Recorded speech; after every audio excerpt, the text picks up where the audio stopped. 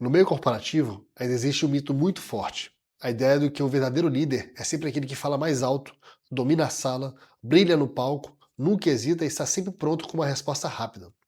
É o CEO estrela, fundador performático, o gestor que confunde liderança com show. Mas se eu te disser que esse modelo não está só ultrapassado, como também é ineficiente para o tipo de complexidade que a gente enfrenta hoje.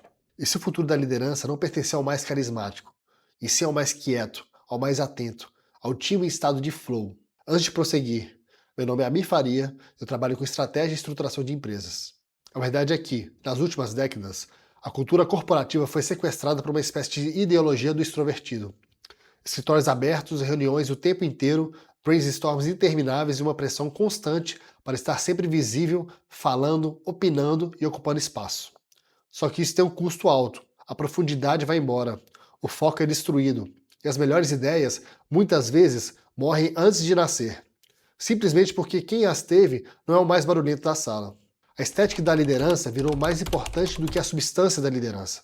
E é aqui que entra o trabalho de Susan Cain. No livro O Poder dos Quietos, ela mostra como boa parte da nossa estrutura de trabalho foi desenhada para privilegiar os falantes, os expansivos, os que gostam de improvisar em voz alta. E, ao fazer isso, a gente acaba sufocando o potencial dos introvertidos, justamente aquelas pessoas que costumam pensar com mais calma, observar mais, conectar informações em silêncio antes de falar. A pesquisa que ela apresenta mostra algo contraintuitivo para muita gente. Quando você coloca líderes introvertidos à frente de equipes proativas, esses líderes tendem a gerar resultados melhores, porque escutam mais, interrompem menos e não deixam o próprio ego atrapalhar boas ideias. Ela também critica o que chama de novo pensamento de grupo.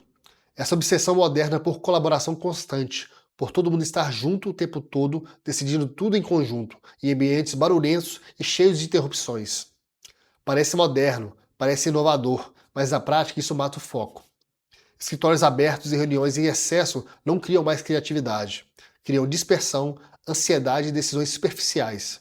O que é mais curioso, quando você permite mais trabalho em silêncio, mais foco profundo e mais tempo sem interrupções, a qualidade das contribuições sobe. Isso inclusive das pessoas mais quietas, que finalmente têm espaço para pensar. Agora, se Susan Cain nos ajuda a valorizar o quieto, o introspectivo, aquele que ouve mais do que fala, Steven Kotler dá um passo além e mostra a neurobiologia por trás da alta performance. No livro Roubar o Fogo, ele descreve o estado de flow, aquele estado de concentração tão intensa que você perde a noção do tempo, esquece de si mesmo e simplesmente faz. É quando a ação e a consciência se fundem, quando você está totalmente presente, desafiado na medida certa, nem entediado, nem sobrecarregado.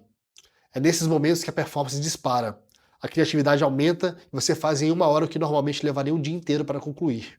Um ponto central que Kotler traz é que, no flow, o ego sai de cena. A parte do cérebro ligada à autoimagem, ao julgamento, à preocupação com o que os outros vão pensar, fica em segundo plano. Isso é libertador. Quando você não está ocupado defendendo seu status, seu cargo, sua importância, você consegue se conectar muito mais com a tarefa, com o problema e com o time. Organizações de elite, comunidades especiais militares, pesquisadores de ponta, empresas de tecnologia têm investido justamente nisso, em criar contextos em que as pessoas consigam entrar em estados de flow com frequência, tanto individual quanto coletivamente. E é aí que a coisa fica ainda mais interessante, quando a gente fala de flow de grupo. Quando o time inteiro entra nesse estado, acontece algo que parece quase místico, mas é bastante concreto. A comunicação flui, as pessoas se entendem com menos atrito, as ideias se complementam, o ritmo do trabalho se alinha. É como se o grupo inteiro virasse um organismo só, uma espécie de mente colmeia.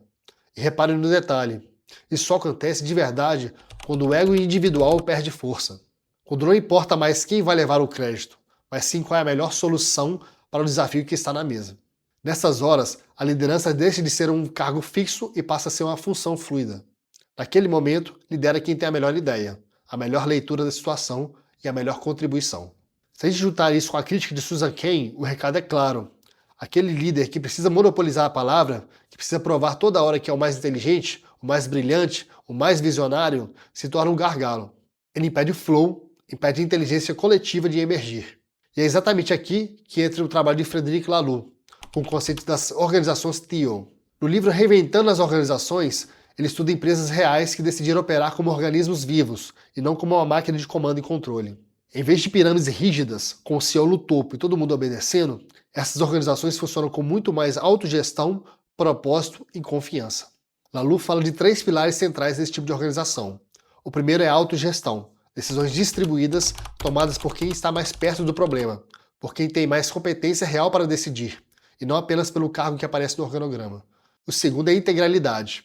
As pessoas são convidadas a trazer o self inteiro para o trabalho, não só a persona profissional, mas também as emoções, intuições e vulnerabilidades. Isso fortalece laços, aumenta a confiança e torna o ambiente mais humano. O terceiro pilar é o propósito evolutivo.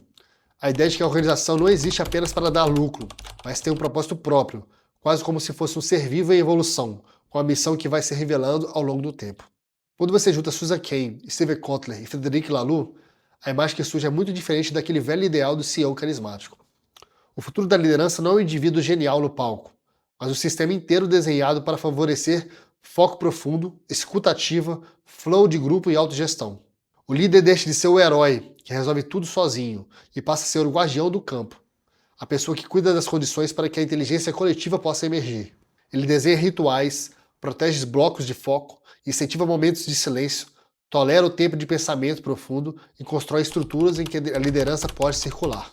Isso tem implicações muito concretas. Significa, por exemplo, que em vez de lotar a agenda do time com reuniões, esse tipo de líder reduz encontros ao essencial, incentiva contribuições assíncronas, permite que as pessoas trabalhem em silêncio e compartilhem suas ideias quando estiverem mais maduras. Em vez de buscar visibilidade a qualquer custo, ele busca criar ambientes em que o melhor argumento vence, mesmo se vier da pessoa mais quieta da sala. Se você é uma pessoa introvertida, que sempre sentiu que não tinha perfil de líder porque não gosta de palco, talvez esse seja um bom momento para reescrever essa narrativa. O mundo que está emergindo precisa justamente de gente que sabe ouvir, processar, conectar informações, criar espaços de segurança para que outras vozes apareçam. Se você é mais extrovertido, isso não significa que você precisa se calar, mas que seu maior ato de liderança pode ser justamente dar espaço para os outros. Saber falar é importante. Saber calar, ouvir e facilitar pode ser ainda mais poderoso.